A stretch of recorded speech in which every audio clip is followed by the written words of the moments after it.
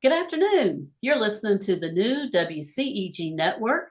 We are the worldwide community empowerment group where we speak life into the community. Log on to WCEGTalkRadio.com. Watch us live on your smart TV, on the Roku cable channel, YouTube, Facebook, LinkedIn, and now on Fanbase and Blue Sky. Search for WCEG and subscribe on all social media platforms. I'm Celeste Giordano, your show host with the Women of Community Impact, the Women of Community Impact.com. I'm the co-founder, and my co-host today is Sara Poe with Poe's Accounting Services, and the Women of Community Impact is one of the co-founders. Download our free WCEG mobile apps. Alexa, play WCEG Talk Radio. Listen to WCEG and any of our 12 podcast and distribution platforms. And last but not least, our disclaimer: the topics and opinions are those of the show host and guest and not WCEG Network. Thank you for your continued support and welcome, ladies. I'm glad to have you here today. How are you? Good, thank you. Doing good. Good. Sara, it's good to see your face and to have you on the show with us here today as my co-host. I know tax season is well underway and you're winding down into the last 3 weeks or something like that? Yeah, for 3 weeks, take 4 days off, and then we really you're not done to the end of May. Then June and July, people don't want to think about taxes till August. There you But anyway, so tax season's good today. And just for our audience listeners, you never know, we may have some people on here that may need to reach out to you. How can people get a hold of you, Sara? So we're Poe's Accounting Services in Decula. Our office number is 770-545-8841. Our website is www.poecpas.com, and my email is spoe@poecpas.com, and we'd love to hear from you. Absolutely. And the deadline, what is the date of the deadline for getting our taxes filed?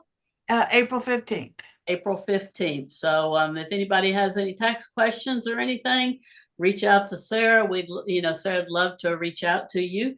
Sara, I'm super excited today with our special guest, Danette Fleming, the Director of Donor Development and Board Vice Chair of The Haven. And I know you and I and several of our board members of the Women of Community Impact went and visited with them last month. So I am so glad that you could join me as the co-host here today as we interview Danette Fleming and we learn about The Haven. And a little bit about The Haven at Hebron. The Haven at Hebron is a pro-life organization. We believe that life starts at conception and that each unborn child is a unique person and soul created by God. We believe that each child has a right to live and that abortion is an act that ends a human life. Our goal is to support women choosing life for their children. And the Haven at Hebron is a home for single pregnant women 21 and under who need residential care throughout pregnancy, birth, and beyond. Our desire is to show them God's love while equipping them for a better future for themselves and their babies. And with that being said, Danette, we are so glad to have you as our guest here today. Thank you. Thank you very much. I am happy to be here. Absolutely. And go ahead, Sara. The Haven is near and dear to my heart. I just love what y'all were doing. It's going to help so many young women to do better in life by going through this process. It definitely does. The Haven is one of the things that we want for these young women when they come is them to feel safe. We want it to be a safe haven where they can focus on healing. They can come and they can focus on growing wonderful, healthy babies. And we love babies. We all love babies, but we also love mamas. Mamas, absolutely. Yes. Love those mamas. So, Sarah, was it you or Lynn of the board members that brought it to our attention to go visit the Haven? Lynn, Lynn. So Lynn. Lynn Chapman, one of our other co-founders and board members, put this together for us, and we just adore Lynn and everything she does. She has a servant heart, and she serves in so many capacities and gives back to the community. And as we went and visited the Haven House, Sarah, I was just in awe to see this whole finished product of what happened. And I know Danette's going to tell us a little bit of how this came about. But what was the one thing about this home that just impressed you the most, Sarah? I think the family environment Mhm. and knowing these girls are going to be safe. I think so many young girls in these situations are not in safe environments. That's good. And that's a scary thing to have to worry about. Absolutely. And I loved, and I don't want to steal the thunder here, but I also love the fact that, Hebron Baptist Church is in Decula. It's in our back door. And I love the story of how this came about. And I know Danette will share that with us. And to go and visit such a beautiful home. And she'll share how many people it houses and what they do. But I was also very impressed with the house parents that you had there.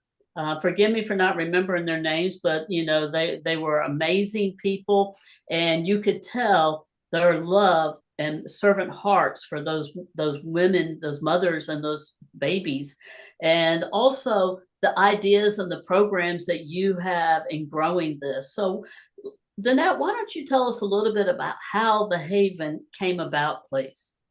Well, the Haven came about because we had a new pastor, Landon Dowden, that came from Tupelo, Mississippi. And his church there, they had were working with a maternity home. So when he came to Hebron, it was right at COVID, right down at the lockdown. And he just had this burden on his heart continuously for this young, vulnerable group of women. And so he brought it to our church, our congregation, and said, hey, just pray about it. Let's pray and see how the Lord wants to use our church in this type of ministry. So as a congregation, as a fellowship of believers, we prayed. And then what do you also need to do? You need to have a research team to see, is there truly a need, and how does that need look? So we began with a research team. They went and pulled statistics and looked at the numbers in the state of Georgia and saw, is there any other maternity homes? What type of maternity homes are out there? And what was found is there is a huge need for ones for young women 24 and under. There's one other maternity home in the state of Georgia that can take minor girls, and that's in Savannah, Georgia.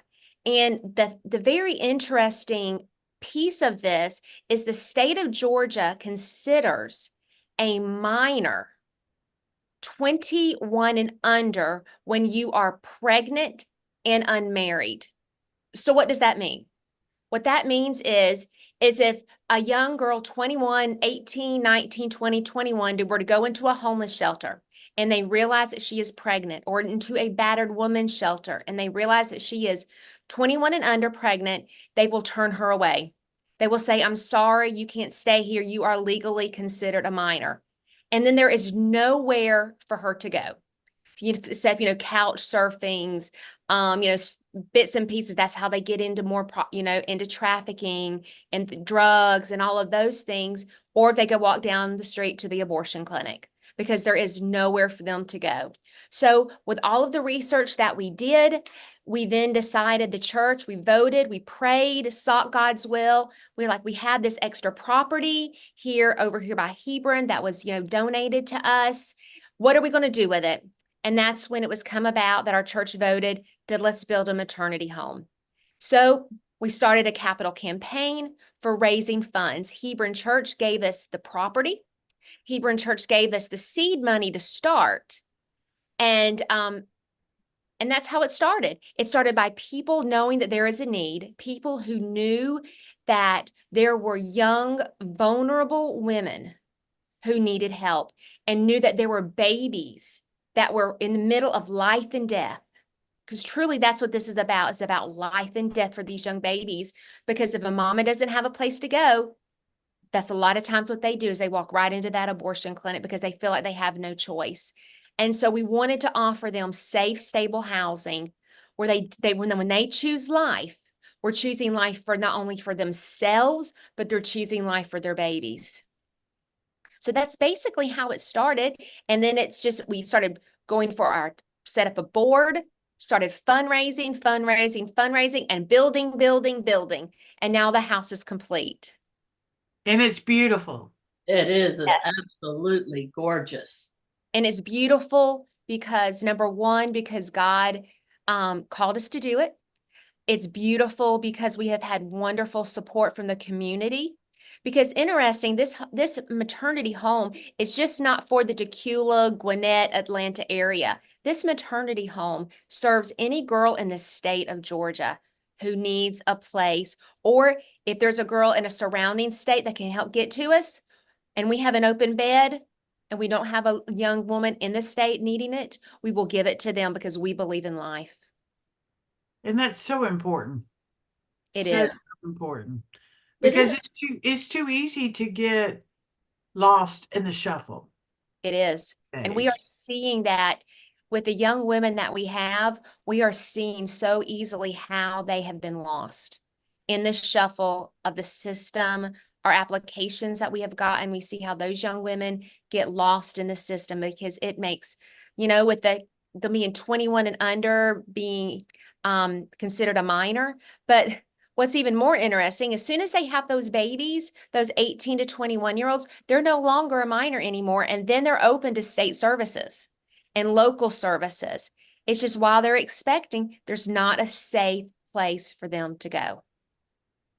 Well, one thing is I didn't realize that they were considered a minor under 21. That was something that we learned. And you just think of how many people are out there. I'm just thinking just in the state of Georgia or just even locally in Atlanta or whatever, that those women fit in those categories, but they do not know what's out there or any resources to help them. Mm-hmm. That's why it's so important to have a social media presence. And which we do. We are on Facebook and we are on Instagram, and we have, we're obviously on the internet, and we go and we meet with different organizations. We go into the school systems and to the counselors and let them know that we are here. We go to pregnancy resource centers. We visit churches to let them know that we are out here. We go to school resource officers and school counselors to let them know that we are out here because they don't know. They don't know. Absolutely. Go One ahead. thing, excuse me, Sarah, is, and I just want to put say something because I didn't say it in the very beginning. One thing that I just love about WCEG Talk Radio Network and Penny Rogers and the board is the platform that they put out here that allow us to get the message out to our community. We're an international show. We're all over the world, and people can listen to this and get resources, and they can reach out. And I know not just us, Sarah, but many of the hosts that Penny Rogers has on WCEG Network, they offer an amazing amount of resources for people in the community.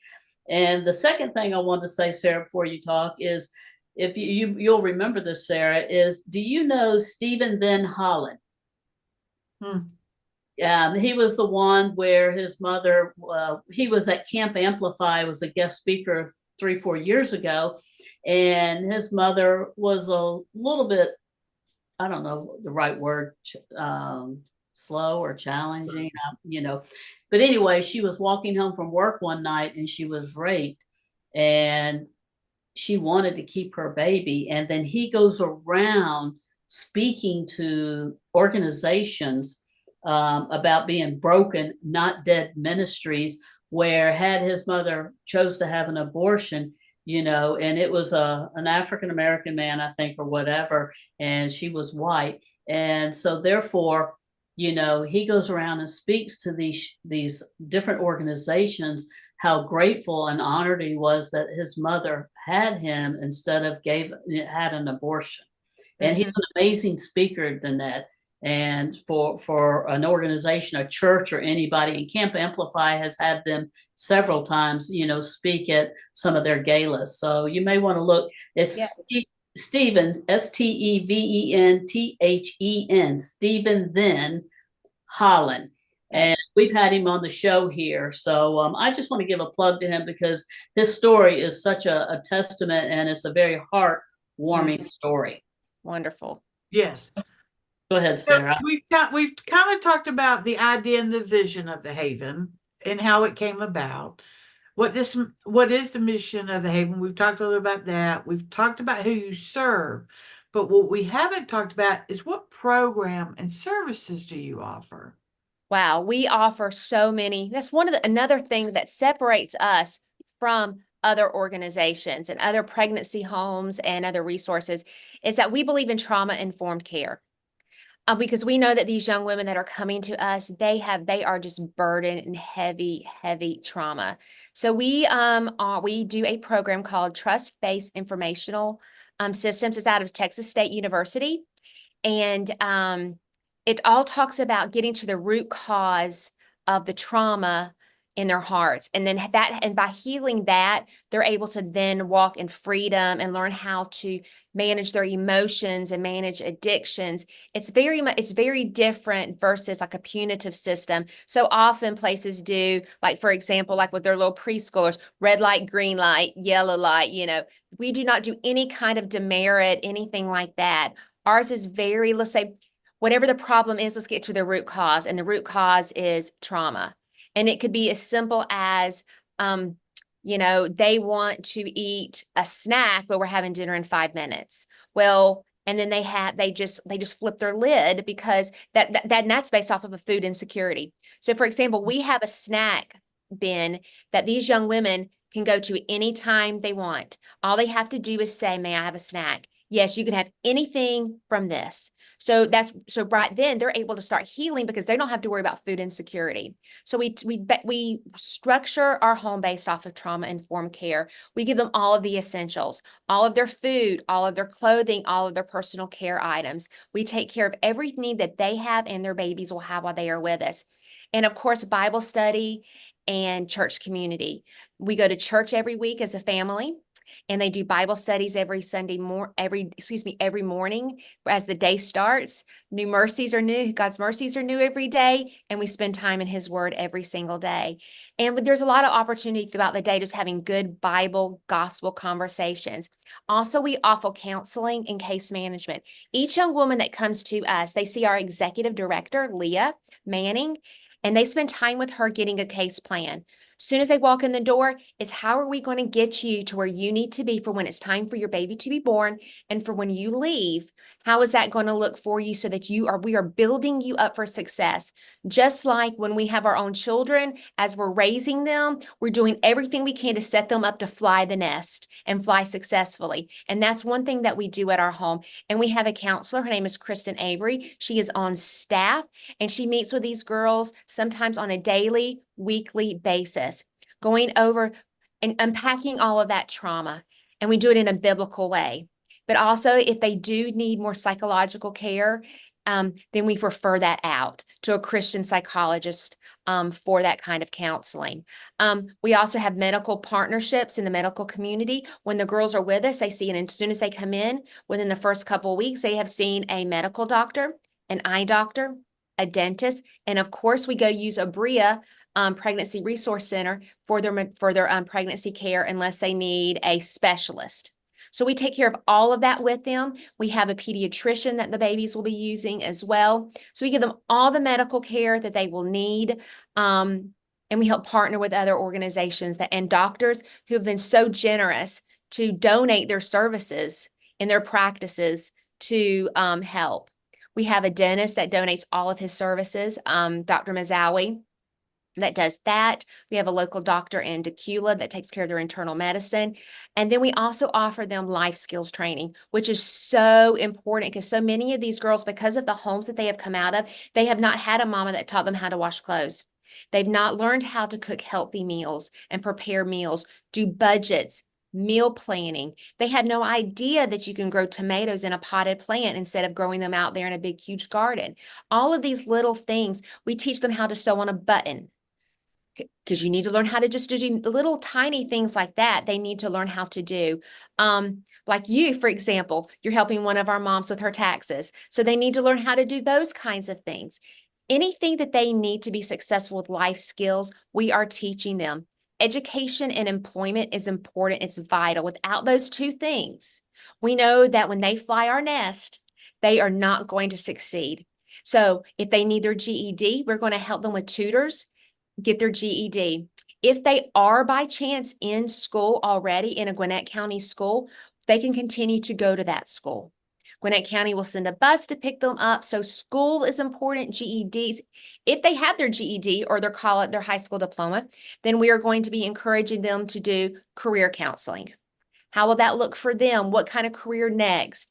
Will that look for, does it mean you go to a tech school? Does it mean you enroll in a local college? We are going to help them with that. We are committed to helping make sure they get to and from these places. So we have volunteers that will do that. We have had Curry Honda that help donate minivans to us to make sure that we have the availability to get them and the rides to get them to where they need to go. And plus, of course, in the midst of all of this, we want them to have fun.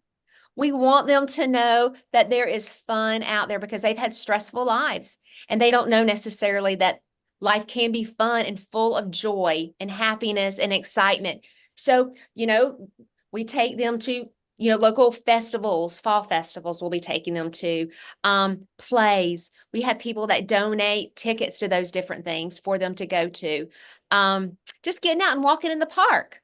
They don't have those kinds of opportunities coming from, a lot of times if they're coming from an inner city or they're living in, just really rough circumstances, just to know what it's like to go walking in the park, go to the pumpkin patch. So all of those kinds of things, sewing, cooking classes, people coming in and baking. I have probably baked so many dozen cookies recently because they've not had anybody teach them how to bake cookies and just how fun baking in the kitchen can be, just something that we take for granted that these young women have not had the opportunity to do. So leisure and cultural, education, healthcare, but we also, like I said, we mentioned Bible studies, church community. Hebron Church the other day had Cooking Across Cultures. They invited our young women to come to that, sat down, had a meal with them, Cajun style. So, we want these women to know everything that is out there that is good for them. There's so many wonderful things that can help them to be well-rounded individuals where they can succeed and fly when they leave the nest or leave the haven, so to speak. Absolutely. When we toured that, Sarah and Danette, one thing that impressed me the most, number one, is the service of God that is instilled in this program. But the other thing is, from the Women of Community Impact, what we looked at it because we wanted to see how we could serve you. And when you were just like talking again, it just reiterated, because you said this to us in person.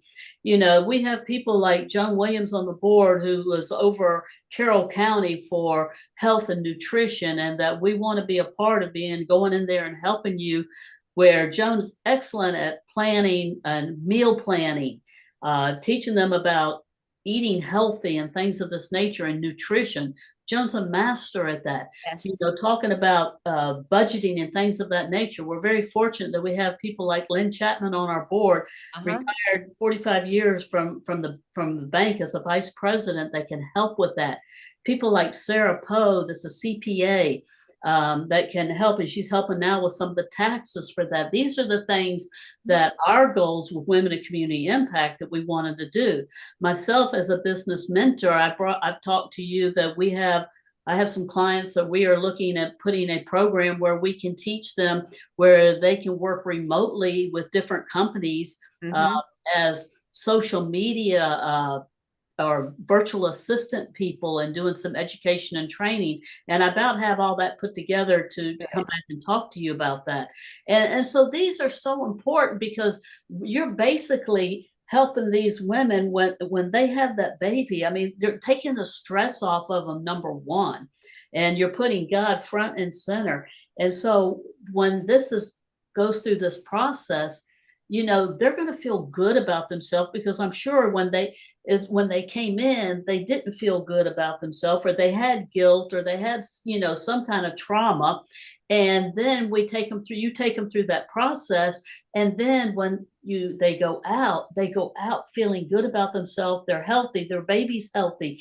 They have tools to do the things that they need to do to provide for their family. They can learn how to be a survivor, right? Yeah. They have been a survivor. That's how, that's why they're still, the stories that we hear, it's just heartbreaking. And when they come into the home and they walk into the haven, they feel peace. We had that home has been prayed over. We did on our website, you can see actually the video where we did a framing party where people came in and signed the walls with scripture, prayed over, wrote prayers on the studs.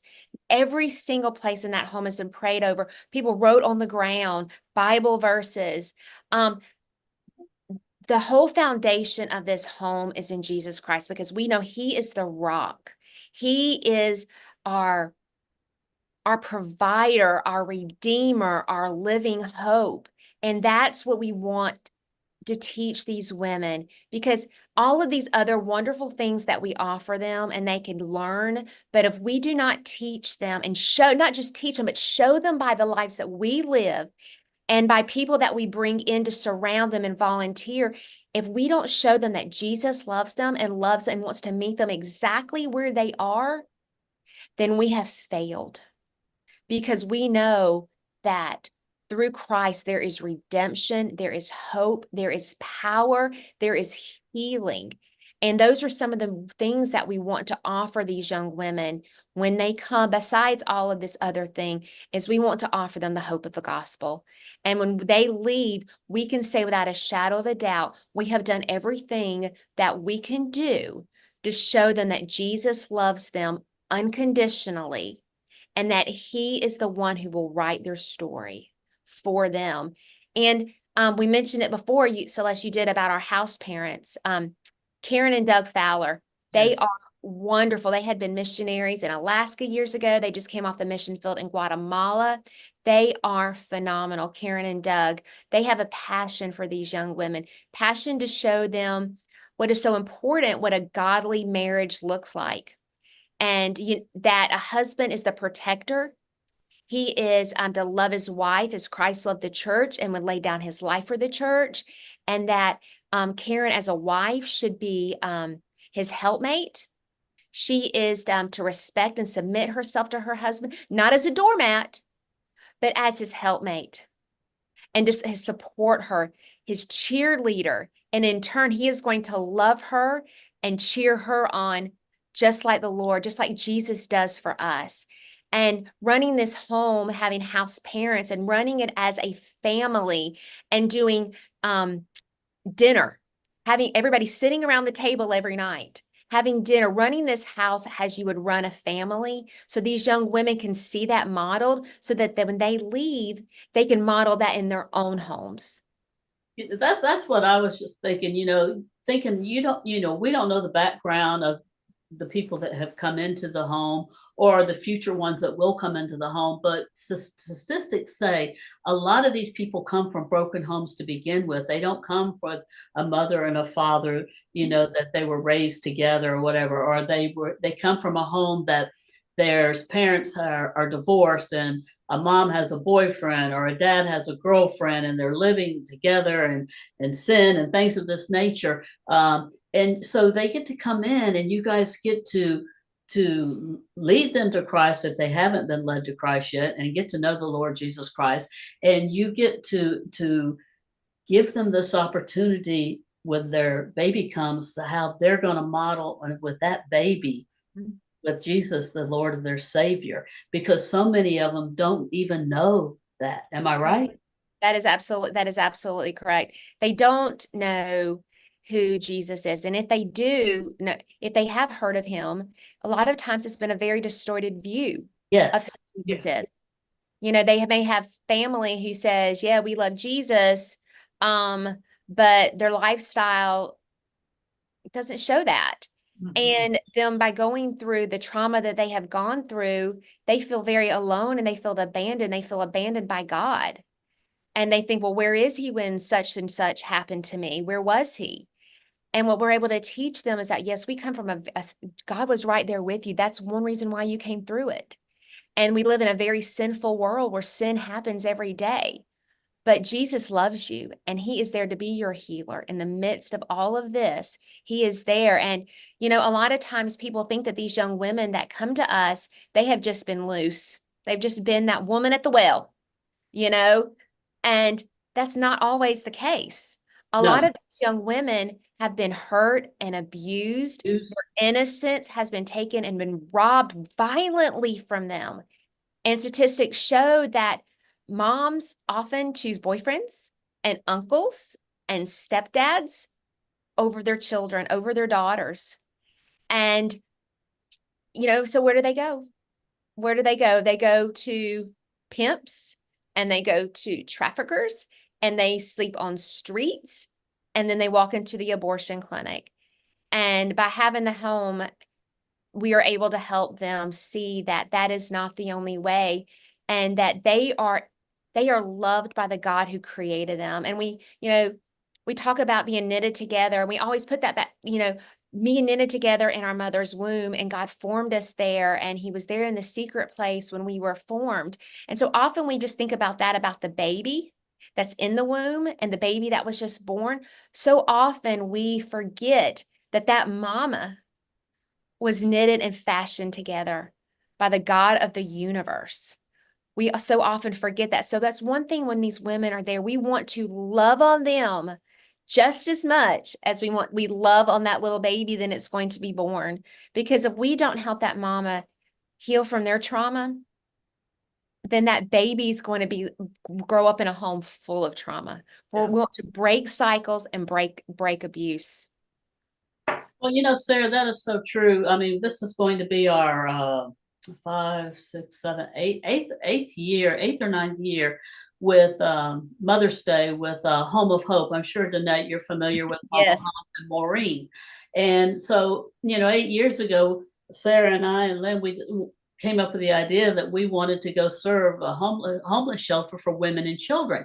And I said, most of these shelters, they tend to gravitate towards helping the children. And you started out with it immediately when we kept saying, what about those mothers? What is it? Can you just imagine what it feels like to be a mother and to be in a homeless shelter with your children? And these women are not bad women. They have left abusive relationships and things of this nature. And so we do this Mother's Day dinner for these mothers and these children. And we bring in the white linen tablecloths and the white linen napkins and the silver and the china, and we involve the community, the restaurants, to help prepare the food and donate the food. And then we sit down in a family atmosphere with these families, and we put somebody at each table with them to have a family meal with them.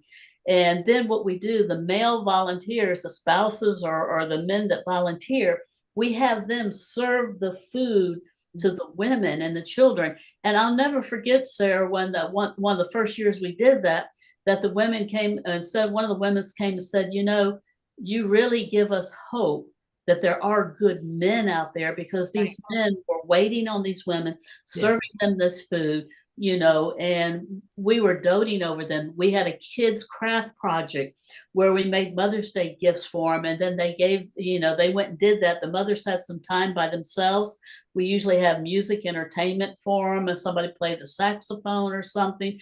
They got to have just quiet time. And then the kids came back with the gifts for the mothers and flowers and everything. And that was such a special moment for them, because again, a lot of these women, like at the Haven, they're by themselves. They maybe do have a relationship, or they probably don't have a relationship with the father, but I'm sure that you have something in place that you're working with them if they do, right? Yes, that is absolutely correct. Doug, our house dad, that's one of the things that he will be doing is, if there is a dad that wants to participate in this baby's life, We want to welcome that because we know it's statistically proven that children do better when there is a mom and then there is a dad. They statistically thrive better. They do better in education. They're less likely to become arrested and incarcerated. Their mental health is stable and all that does those things better. So yeah, so what Doug will be doing, and actually the pastors over at the church, over at Hebron Church, they will meet with the young father. They will meet with them. They will counsel with them. If we feel that they need actual licensed counseling, then we will also be providing that for them. And they'll have to date the moms. And when we mean date, we don't mean like going out on dates, because we are trying to protect our moms. But we mean, you want to see them? Let's go to church together, because we want those men to become men of God. We want them to become men of God. So Doug will be pulling them under their wing, doing dad-like things with them, men-like things for them, to model that behavior as well of a good, godly husband, a good, godly father. Because Karen and Doug, they are parents of 2 children, and they are of 2 adopted children. So they know how it looks to parent. And then once those dads have been coming to church a while, and we see that there is a stable pattern, that they truly want to participate, and we feel that it is healthy for the moms, then we will allow them to set up a time. Because, when you meet, we're not a revolving door at the Haven, because we are a home and function is so they can schedule a time to come and visit, and they can come and have dinner in the home. We have a visiting room that's over to the side, but yet it is somewhat private, but not secluded, where they can come in and they can visit, and then go home that evening, or within a couple hours of visiting. So we will offer them counseling, we'll offer them mentorship, and also, more importantly, offer them the gospel. Tell them who Jesus is and how that looks for their lives. So yes, raising up godly fathers is very important to us. And you had mentioned talking about your example over when y'all did the Mother's Day about godly men. We had a resident who recently said, I didn't know that there were married couples who really loved each other and liked each other. And that's sad. That's That sad. is It so really sad. is. It But- is. But most of these fathers probably they don't know what a father's supposed to do or how they're supposed to act. They right? grew up with that one mostly, or Right, they grew up in right. an abusive relationship or something. Absolutely. They are full of trauma as well. So we want to offer them help and resources as we can in order to help them, because if they want to be a part of their baby's life, whether that means be a part of the mother's life as well, we want to help facilitate that in a healthy, safe way. We are all about healthy and safe, felt safety. We want our mothers to feel safe, and then in turn, the babies to feel safe. So however that looks, we want to partner with those dads if that is something that they are willing to do. But there are standards, and they have to maintain those and live up to those for it to be safe and healthy. Absolutely. Sarah, before you ask the next question, is there anything else that you want to tell us about trauma-informed care before Sarah moves on to our next question? Well, I mentioned that quite a bit, the trauma-informed care. Our young ladies, part of the trauma-informed care, they will be learning about choices. What's a healthy choice and what isn't a healthy choice? It could be simple as choosing what to eat. So we go down to the basics of making good, healthy choices and wise decisions. What does that look like for you? What does that look like for your baby? What does that look like for your future, your education, your finances? All of these different things about making healthy choices. And one of those choices is do you choose to parent? What kind of choice does that look like? Are you choosing to find parents for your baby? And how does that look for you? Because we know that all of the moms that come to us, they will not choose to parent because they're not in the place to do so. And if that is the case, we have partnered with several different adoption agencies in the area that we will present them with different names of different organizations, different adoption agencies, and then they can do the research for them to make wise, healthy choices for them and wise, healthy choices for their babies. We are not in the business to set up private adoptions. That is not in our wheelhouse. But we are in the business of making sure mamas and babies are safe and healthy. However that looks for that young woman, we will support them in whatever the choice that they make and however that looks for them. That's wonderful. You're breaking the cycles. Yes, that is what we want to do. So we've talked a little bit about the family model with the house parents and how that looks. Is there anything else you want to add to that? I think the model of a home is, simply chores. Like we have chore charts because we know that when we live in a home, we have to work together in order to keep our home nice. So it's like, getting up, making your bed in the morning, straightening your room, doing your laundry, and how does that look? How does doing your laundry look? All of those parts about being in a family, doing meal prep. Because in order, if you're going to be a working mom and in a family, how does that look? So we do meal prep together. The girls go to the grocery store, make grocery lists, because all those are parts of being in a family and how that looks. Cleaning bathrooms, whose day is it to clean a bathroom? All of those different things is straightening up before you go to bed. Making sure there's no dishes left in the sink. All of those are little bits and pieces of being in a family and having healthy conflict resolution. Our residents, they have group therapy. So they'll learn how to work within a group and work within different personalities and how all of that works together in a home environment. So that's a family model is one of the things that separates us from any other maternity home out there right now that we have found. Not saying that they're not out there, but the research that we have done is they're more of a individual, not family style. Family meals together, family prep together, family pray together, family Bible studies together, those kinds of things. And I'm sure that's a lot of these girls and guys are not used to that. They don't know how to handle that. Whereas I grew up in a household where we sat down together every night and ate together. Right. Sundays you were at grandma's house, right? But that was just what I grew up like, And we understand if things happen, you're not always going to get to sit down at the dining room table at nighttime together. But that should be the exception, not the rule. Because once again, statistics show that families that eat together and have that quality family time together are a healthier family and build healthier children and healthier adults. And when I say healthy, I mean not only physically healthy, but mentally and spiritually healthy. Yeah. One thing that I noticed during the pandemic, because people couldn't go anywhere, family time came back. Mm-hmm. They Yes. ate together, they did things together.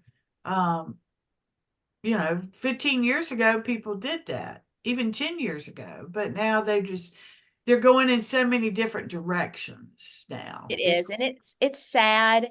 And we know that there are days in the home where somebody may be coming back from a doctor's appointment or what have you, things come up and, but that's the exception to the rule. That's not the norm. Dinner time, we eat together, with the house parents. They cook together. They do meal prep together. They pray together. Sarah, I was going to bring that up that, because I know, that you have had a child. I've never had children. You've had a child. You have grandchildren, and you picked the words right out of my mouth there, talking about people eating together. What I see today is that, most people don't sit down like we did as kids growing up. I mean, dinner was like at 5 o'clock or 5:30. We sat down and had a family meal, and you ate what was cooked. You didn't get to say, "Oh, I want this, I want that." No, you got what was served to you. The other thing is, being able to sit down. We grew up saying the blessing at dinner and things of this nature. These kids today, they come and go, they get things out of the freezer, they pop it in the oven or the microwave, then they eat on their own, or they don't have that mealtime. And so when these women are coming into your home like that, it's so important to go back to these basic fundamentals of foundation and Christian foundations for them, so they see that there is a difference. And as you said, they get to make a choice. And so when they do have that baby, they have been taught the way that a good choice, hopefully. It's not saying it's the right way, but we, in our minds, it's the right way, that that they will have better choices, and that they will see how it's supposed to be, and they won't revert back to just frozen foods, or not sitting down eating meals together, or the importance of planning menus and grocery shopping and things of this nature, because a lot of these kids today don't even know how to do that. They don't know how to wash their clothes or clean their room. They, the parents just close their door or whatever. And if you don't, these mamas coming in here with these little babies, you've got to show them a different way, because they probably didn't come in that way, right? A lot of them have not, or it's been very sporadic. There's not been consistency. Consistent. Some of the moms will have, been with a family member, or they have been in foster care, and they would see that for bits and periods of time. But while they are with us, we want them to see how a healthy home runs. And we believe that family time means a healthy family and a healthy heart. When you can get down at dinner time and talk about your day and the hopes and the dreams and the good and the bad and the ugly, because we all know that them coming here and even in the home, it is not going to be perfect. There are going to be hard days, because we're all sinners and we all have different personalities. So we know that there's going to be conflict. So we do not have on rose-colored glasses thinking that it's all going to be sunshine and rainbows. But what we do want these girls to learn, and actually it's part of the sanctification process for us as well, for all of us, is that how you work through it. Mm-hmm. Teaching them healthy conflict resolution, that when things go bad, you just don't storm out the door or run upstairs and slam your door. You can have a cooling off period, to get your thoughts together, so you're just not word vomiting negative, hateful, mean things. But you get together and you speak your mind in love and truth without hate and bitterness in it. So we wanting conflict resolution and in a family environment that will also teach them how to parent and help them with that, because they'll be going to parenting classes. We will be teaching them parenting classes with these young women. They'll be going to birthing classes. And also we were talking about with food and meals. When each girl leaves, we will give them a cookbook of meals that they have helped prepare, that they are familiar with and they have enjoyed, that they can take with them. Because, so often I am not a big, huge, phenomenal chef. And so a lot of times when you're reading those cookbooks, you get overwhelmed and you're like, what do you mean make a roux? What's a roux? And so we're doing all of these cookbooks and these meals that these girls have done before and they have practiced. So when they leave and they're like, oh, I really like that meal when you made that fettuccine Alfredo. So we're going to make sure that's in their book. That's in their cookbook, because they prepared it, they like it, and now they can go and do it. And they know the ingredients and they know how to meal prep for that. All of those little bitty things will be so important to set them up for success for when they do transition out of the haven. And people all the time ask, and it wasn't one of your questions and I forgot to leave it to set it in there, but people always want to know, how can I get involved with the haven? How can I get involved? And there's several different ways. Number one, the most important above all is to pray for the haven. Pray for these young women that are going to be coming into the home. The ones that have yet to hear about the home, pray that they find out that there is a safe place for them and their babies. Pray for our house parents, Karen and Doug. Pray for our executive director, Leah Manning, and our counselor, Kristen Avery. Pray for myself as I go out and I speak and as I raise money. Pray for our other volunteers and our other staff. And also you can get involved by volunteering. On our website, there's a volunteer tab that you can go to, and I provided our website information. You can go to that, sign up to go to one of our classes to be a volunteer. You could be a volunteer that's in the house all the time. There's training for that. There's a volunteer where you just come and you drop stuff off. You may drop off a gift card. You may drop off a pre-done meal, or you may come decide you want to help do yard work when we have an open lawn day to doing yard work. There's all different kinds of levels of volunteering and training for that. And of course, there's also, your financial investment in the home where, because we accept $0 from the state, from any federal government. We do that because we want to be able to have this home a godly home. And when the state gets involved, sometimes they want to tell you how to do it. And we do not want that, because we believe in our mission and our mission statement, which is founded on the Word of God. And so you can give financially to us. And there's also a tab on our website if that's something that you want to do. And we have fundraisers right now on our Facebook page. You can find a fund in our Instagram. We are actually doing a Forget the Frock. It's a t-shirt. So instead of Easter, you getting on your big Easter outfit, you can buy a t-shirt for the Haven. Wear that on Easter, or you just buy a t-shirt because you like the Haven's t-shirts. All of that's on our Facebook. We're actually getting ready to do a clay shoot that we're going to be getting ready to have. It'll be our first time doing that. It's Blast for Babies. It's out in Sparta, Georgia, where you can get you a team together or individuals, or you can do sponsorships for that clay shoot coming up in June. But you can pray as volunteer, give. But yes, make an investment, however that looks to you, in the Haven. But yeah, the Haven is. I fell into my job. I fell into this, being the director of donor development. I started on the board as being the person in charge of prayer. I had a prayer team. That's how I started. And I just began, because the Lord just developed this passion in my heart for these young women and raising funds for it. And so that's how I became director of donor development. But my heart and my passion is prayer, because we know that prayer changes things. So I just ask you, anyone hearing this, whether you can give, you can volunteer, but you can pray. Absolutely. I want to put that website. It's www.thehaven.house. Yes. Okay, that's www.thehaven.house. We had a question here that they said, and I think you may have said it. It says the age goes up to 24. What age does the assistant start? Is it 18? Well, once they have, now under the state, they can get even younger. They are able to get some public financial assistance, like for Medicaid. As soon as if you do not have insurance, you can immediately get put on Medicaid for you and for your baby. So that's something that we help the young women do, is go in and get their Medicaid. They can also, once they're 18 and older, they can begin to get, WIC and other public assistance. But it's not very much.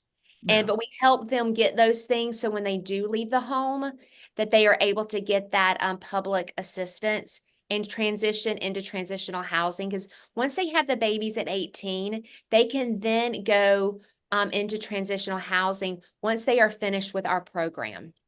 So what age can they start at the Haven? Is it 18? Well, right now we are in the process of being able to go through the process of licensing for the young women under 18. But right now we can accept 18 to 24, but in the very near future, it will be for the young girls who are 18 and under. Just keep watching our website and we will blast that all over social media when that happens. But right now we're open to girls 18 to 24, because right now they are the most vulnerable in need of housing. Absolutely. So, is there a particular need that the Haven needs at this time? Well, obviously, donations are always, because the state of Georgia requires us to keep our annual budget in an account in reserve, which we do have. However, we still have to keep maintain the new current annual budget. And we will also be shortly in the next year doing a capital campaign for a second chance home for extended stay where they can stay up to 2 years. But I would say right now, groceries, because of the cost of groceries, we know that groceries right now are astronomical. So if you are, we would ask, gift cards to Publix, Kroger, Ingles, Costco. We have Sam's cards and Costco cards. If people want to just drop those in the mail, or they can go to our website and a physical donation. We have always diapers. Babies go through lots of diapers. Babies go through lots of wipes. Those are main things right now. But food, right? The food costs, and these little young mamas, they're hungry. I forgot how hungry you are when you are expecting. And we want to make sure that they grow healthy, chunky little pink little faces and rosy cheeks and all the little cute little rolls. So we want healthy babies. So gift cards for food. That is wonderful. Gas card to help fill up the gas because they do lots of appointments. Things like that. Those are wonderful alternatives besides giving a physical cash donation. Okay, so if somebody has those, where can they drop them off? They can always drop them off at Hebron Church or on our website. We have a P.O. box, and our P.O. box is online on our website that they can find the P.O. box to send all of that to. Because our home, we do not open our doors. We're gated. So we just don't have people dropping things on and off. But Hebron Church always accepts all of our donations if you say they're from the Haven. Or like I said, our P.O. box is on our website. The address is there as well. And we can also put that in the comments. Where would they go? Let's just say I've got something, I want to go to Hebron and drop it off. I don't know the church well. Where would I go? They would go to the church office, which is Building B. Okay. It's right around the site. It's on Hebron Church Road. It's right across the street from the cemetery. Okay. All right. Absolutely. So, Danette, and I'm sure Sarah and I will be in touch with you. So we were talking about something that we wanted to do during the summer for the Haven. And I know May is our National Foster Children Month. And it's also our Mother's Day service project for Home of Hope. And we have been collecting all month for Camp Amplify for the kids to go to summer camp. So June and July, Danette, we need to get with you and let us know what we can do and be our mission to serve the Haven House with whether it be diapers or things of that nature that we can be collecting. But we also want to get with you on the meal prep or the budgeting of how we can come in there as a group or with a small group that we can come in and help with those things, because we do have some amazing people on our board that can, facilitate those services. Am I right, Sarah? Yes, absolutely. We definitely want to partner with you. Most definitely. My first thing would be to go to our website and everybody sign up under the volunteer tab, because you'll have to, in order to come into the home, everybody will have to go through training and have a volunteer application. That's part of what the state requires of us.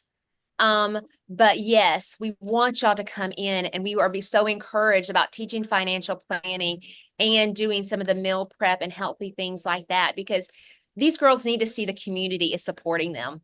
They need to see that people outside the four walls of the house and the people that work there, the house parents and staff, that other people care and are invested in them.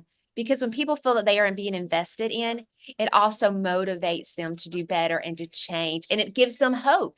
It gives them hope in the world around them, because the people that have been surrounding them have not been healthy people. They have not been good to them. They have hurt them physically, emotionally. And when they see that there are other people out there that are good people that love them because God gives them a love to love others, it just takes all of this to another level. Absolutely. Well, Danette, we can't thank you enough for being our guest here tonight. And Sarah, it's so good to see you. Any closing statements that you'd like to make, Sarah? I just hope everybody prays for the Haven House and to help support them in any way you can. I have an office in Decula. If you're not comfortable going to Hebron, I'm across the street at the post office. You can drop anything off at our office anytime for them. Absolutely. And again, I want to thank Penny Rogers and WCEG Talk Network for this opportunity to host this amazing interview today, Danette, with you and to learn about the Haven House. And Sara, thank you for being the co-host. You're the mostest here. I appreciate you and hope you survive the next 3-4 weeks or whatever it is to the 15th of April. And we just want to wish everybody a wonderful and blessed week. And again, as Sara said, please pray for the Haven House. Go to www.thehavenhouse, or excuse me, thehaven.house. Yeah. You can put a donation there. You can sign up to volunteer, whatever the process is. But go check these people out. This is an amazing organization doing amazing things in our community. And we need more people like you, Danette, and Hebron Church and the Haven House. We definitely need more of that. Thank you. God has been good and God is very faithful. Yes, we will get through to completion and we will see generations upon generations change for the gospel. Absolutely.